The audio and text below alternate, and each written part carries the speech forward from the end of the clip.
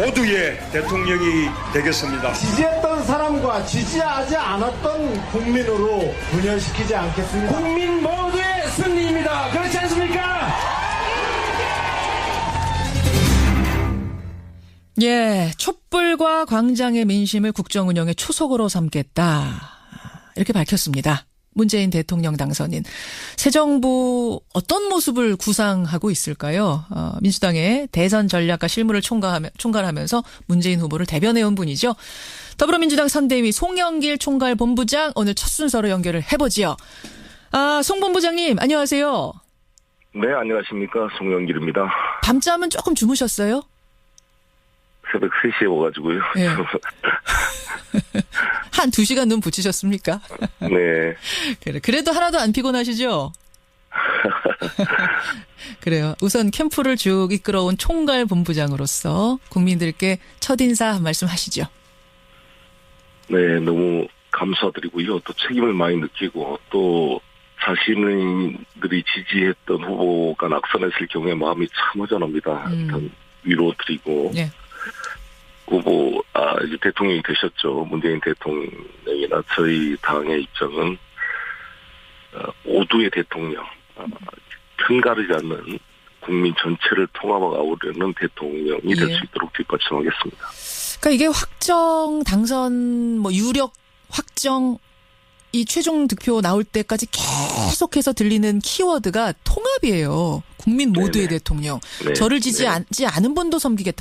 계속해서 그 이야기를 하시네요. 캠프 분들도 그렇고 네. 당선인도 네. 그렇고. 그래요.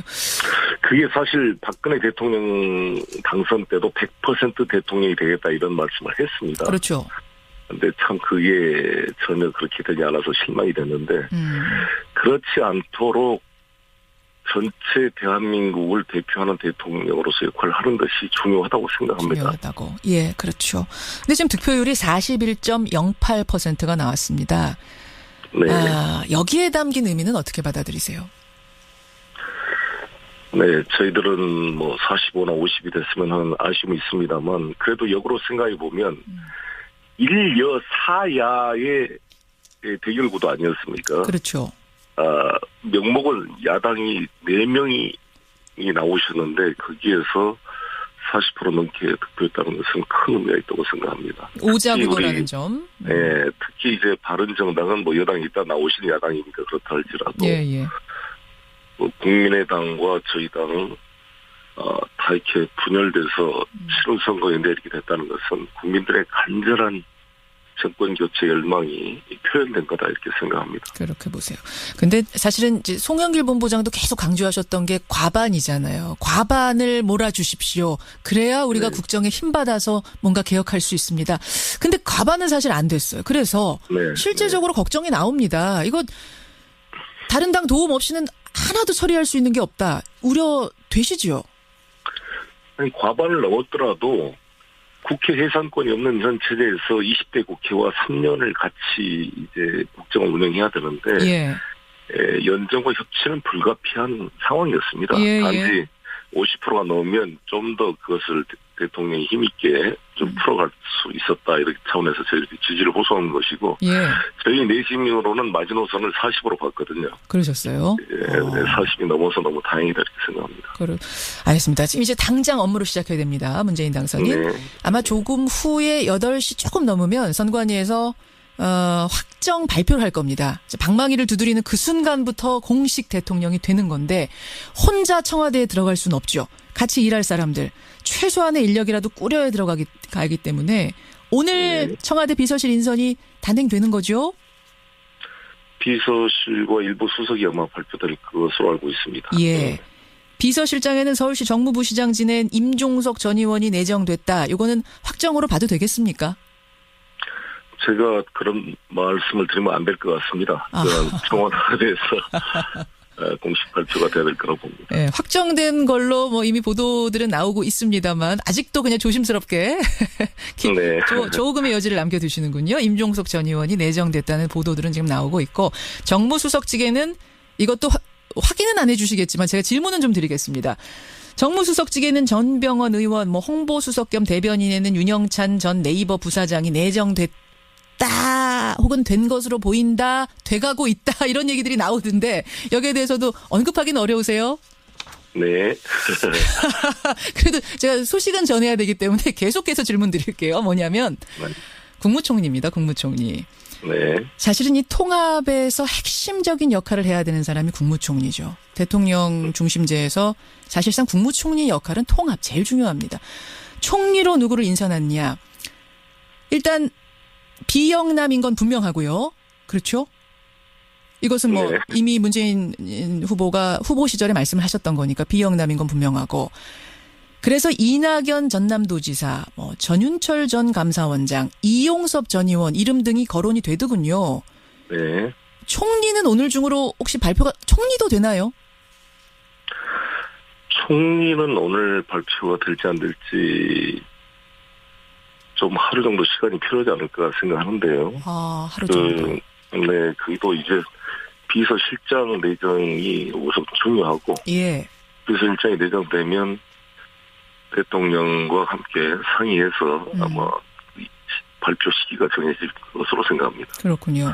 비영남 총리라는 어떤 그 통합의 기준에 맞춰서 지금 거론되는 세 분 중에 있습니까? 내정자가?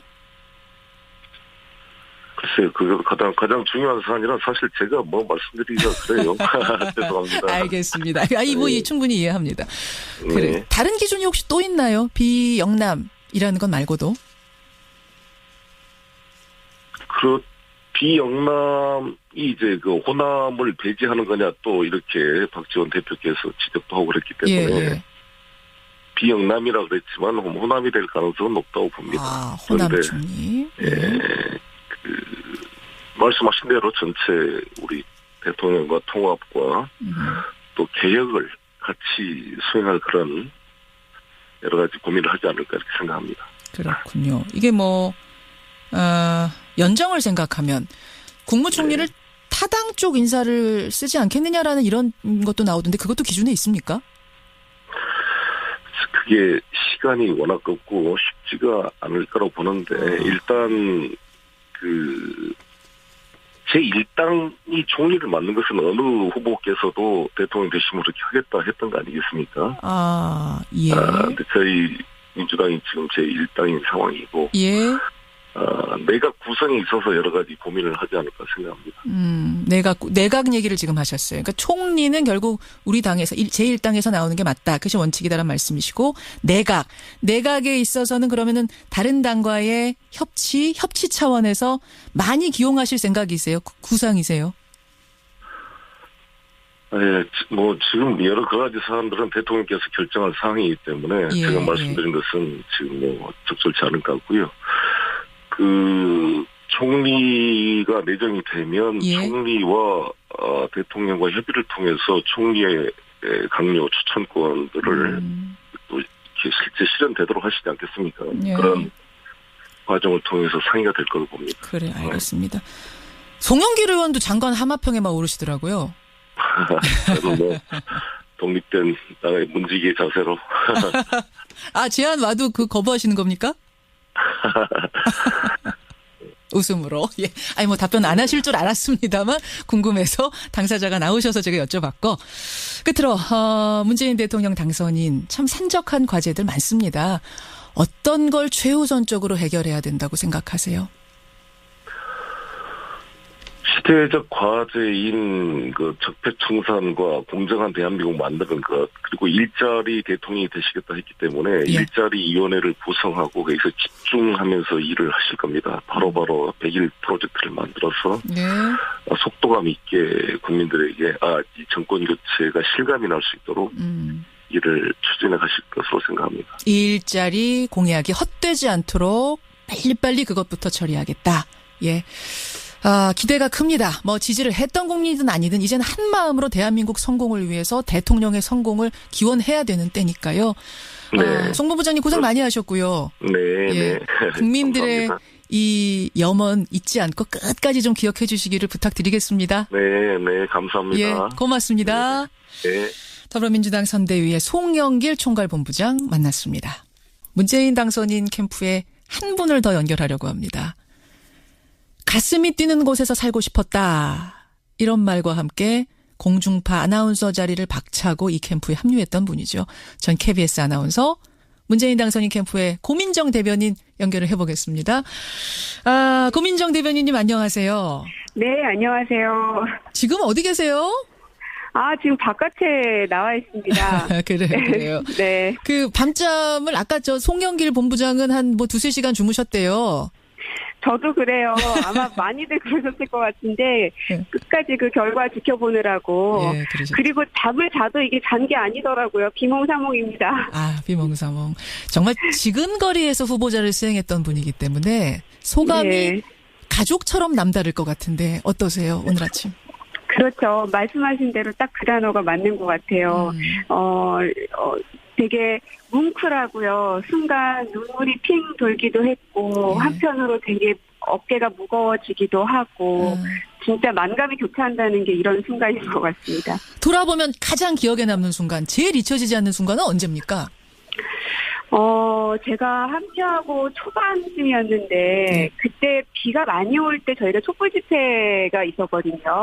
그때 아마 3일절쯤으로 기억을 하는데 광화문 광장에서 태극기 집회하고 촛불 집회하고 되게 신경전이 있었던 긴장감이 돌았던 날이었어요. 막 대치하던 그날. 예. 네. 그래서 그날 사실 그때 당시 후보셨죠. 예. 가지 않기를 이제 그 참모들은 얘기를 했었습니다. 왜냐하면 이제 위험할 수도 있고, 워낙 그 팽팽한 긴장감이 감돌던 때였기 때문에. 그렇죠. 그럼에도 불구하고 당신께서는 강행을 하시더라고요. 그러니까 그 모습 보면서 되게 감동했어요. 그냥 그전에는 그냥 인간 문재인을 봤었더라면 혹은 정치인 문재인을 따로 좀 분리해놓고 봤었더라면 그때 그 순간만큼은 내가 너무나 존경에 맞지 않는 문재인이라는 사람이 이 나라의 대통령이 된다면 이런 어려운 상황 속에서도 자기 몸을 먼저 돌보는 것이 아니라 국민 속에 들어가려고 하겠구나. 이런 사람이라면 믿고 가도 되겠구나라는 그 전율을 그때 느꼈던 기억이 나서 가장 기억에 남는 순간입니다. 비 오던 그날의 광화문 광장. 그래요. 지금 잠깐 말씀은 하셨습니다만 진짜 그 어떤 점에 있어서 가장 기대가 크세요? 여러 가지 경제도 있겠고 노동도 있겠고 여러 가지 있는 중에 어떤 점에서 제일 기대할 만합니까? 가장 믿고 기대하는 바는 원칙대로 운영할 거라는 부분인데요. 지금까지 이제 대한민국에 있어서 국민들이 가장 분노했었던 거는 원칙이 없었던 것 같아요. 이게 그게 아주 작은 잠시만요. 고민정 대변인 죄송합니다. 지금 선관위를 잠깐만 좀 연결하고 가겠습니다. 7만 9,710명, 총 투표수는 3,280만 7,908표이며 이중 유효투표 3,267만 2,175표, 무효투표 13만 5,733표입니다. 기권수는 967만 1,802표입니다. 다음은 후보자별 득표수를 공표하겠습니다. 더불어민주당 문재인 후보 1,342만 3,800표, 자유한국당 홍준표 후보 785만 2,849표, 국민의당 안철수 후보 699만 8,342표, 바른정당 유승민 후보 220만 8,771표, 정의당 심상정 후보 201만 7,458표, 새누리당 조원진 후보 4만 2,949표, 경제애국당 오영국 후보 6,040표, 국민대통합당 장성민 후보 2만 1,709표, 늘푸른 한국당 이재호 후보 9,140표, 민중연합당 김선동 후보 2만 7,229표, 지금 중앙선관위원장이 한국국민당 결정문을 낭독하고 이경희 후보 있습니다. 득표수를 쭉 읽고 난 뒤에 대통령을 선포할 윤홍식 예정입니다. 후보 1만 8,543표, 무소속 김민찬 후보 3만 3,990표입니다. 이제 당선인을 결정하겠습니다. 중앙선거관리위원회는 공직선거법 제187조 제1항에 따라 유효투표의 다수를 얻은 더불어민주당 문재인을 대통령 당선인으로 결정한다. 예, 더불어민주당 문재인을 대통령으로 결정한다. 선관위원장이 의사봉을 탕탕탕 3번 두드렸습니다. 이 순간부터는 대통령으로 저도 정식 호명을 하겠습니다. 고민정 대변인님.